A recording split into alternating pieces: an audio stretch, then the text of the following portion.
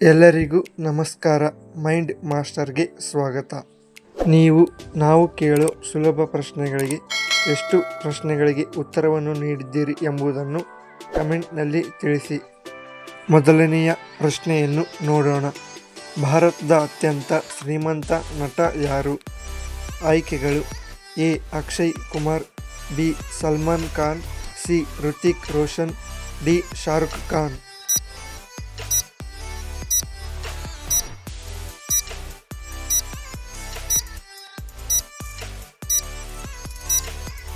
ಉತ್ತರ ಡಿ.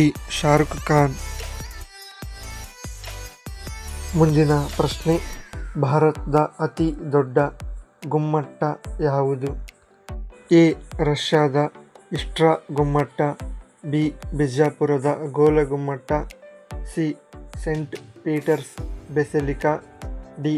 ರಾಷ್ಟ್ರೀಯ ಕ್ರೀಡಾಂಗಣದ ಗುಮ್ಮಟ.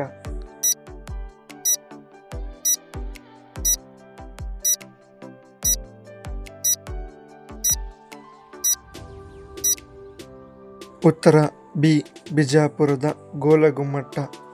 ಇದು ಭಾರತದ ಅತಿ ದೊಡ್ಡ ಗುಮ್ಮಟವಾಗಿದೆ ಮತ್ತು ಜಗತ್ತಿನ ಎರಡನೆಯ ಅತಿ ದೊಡ್ಡ ಗುಮ್ಮಟವಾಗಿದೆ. ಜಗತ್ತಿನ ಅತಿ ದೊಡ್ಡ ಗುಮ್ಮಟ ಯಾವುದೆಂದು ಕಮೆಂಟ್ನಲ್ಲಿ ತಿಳಿಸಿ. ಮುಂದಿನ ಪ್ರಶ್ನೆ. ಕರ್ನಾಟಕದಲ್ಲಿ ಪ್ರಸ್ತುತ ಒಟ್ಟು ಎಷ್ಟು ತಾಲೂಕುಗಳಿವೆ? ಆಯ್ಕೆಗಳು: ಎ. 224, ಬಿ. 236, ಸಿ. 185, ಡಿ. 240.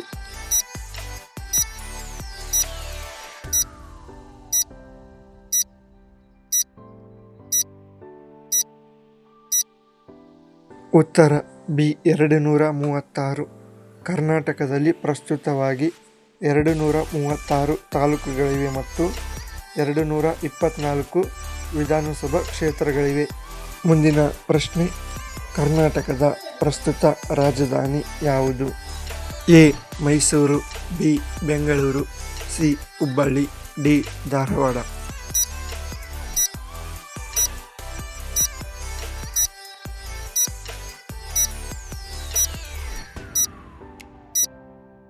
ಉತ್ತರ ಬಿ. ಬೆಂಗಳೂರು. ಕರ್ನಾಟಕದ ಇಂದಿನ ಹೆಸರೇನಾಗಿತ್ತೆಂಬುದನ್ನು ಕಮೆಂಟ್ನಲ್ಲಿ ತಿಳಿಸಿ. ಮುಂದಿನ ಪ್ರಶ್ನೆ. ಕರ್ನಾಟಕದ ಪ್ರಸ್ತುತ ಮುಖ್ಯಮಂತ್ರಿ ಯಾರು?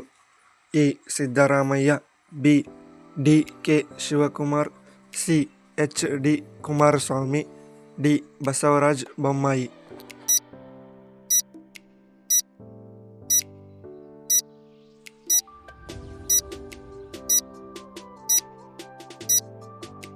ಉತ್ತರ ಎ.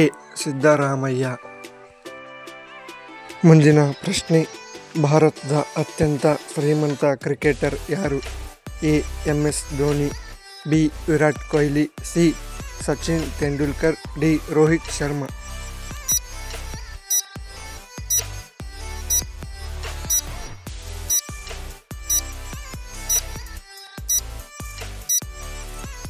ಉತ್ತರ ಸಿ. ಸಚಿನ್ ತೆಂಡೂಲ್ಕರ್. ಮುಂದಿನ ಪ್ರಶ್ನೆ. ರೈತರ ದಿನಾಚರಣೆಯನ್ನು ಯಾವ ದಿನದಂದು ಆಚರಿಸಲಾಗುತ್ತದೆ? A. March 22, B. November 1, C. December 23, D. December 25.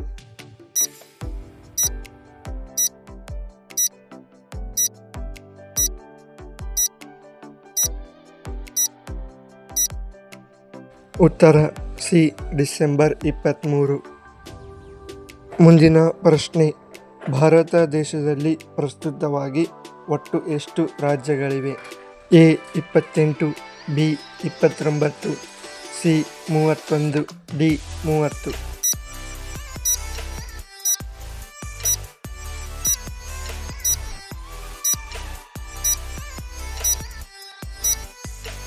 ಉತ್ತರ ಎ.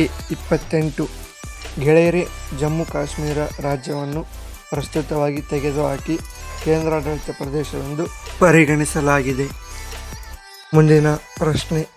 ಬಾಲ್ಯ ವಿವಾಹ ನಿಷೇಧ ಕಾಯ್ದೆ ಯಾವ ವರ್ಷ ಜಾರಿಗೆ ಬಂದಿತು? ಎ. 2000, ಬಿ. 2006, ಸಿ. 2005, ಡಿ 2014.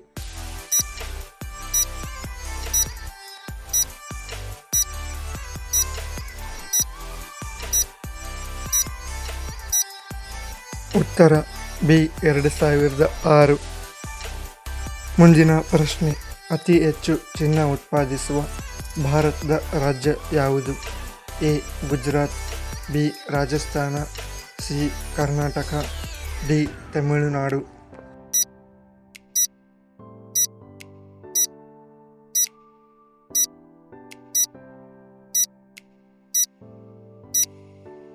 ಉತ್ತರ ಸಿ ಕರ್ನಾಟಕ.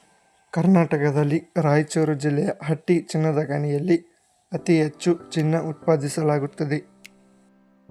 ಈ ಪ್ರಶ್ನೆಗಳಿಗೆ ನೀವು ಎಷ್ಟು ಪ್ರಶ್ನೆಗಳಲ್ಲಿ ಉತ್ತರಿಸಿದ್ದೀರಿ ಎಂಬುದನ್ನು ಕಮೆಂಟ್ನಲ್ಲಿ ತಿಳಿಸಿ.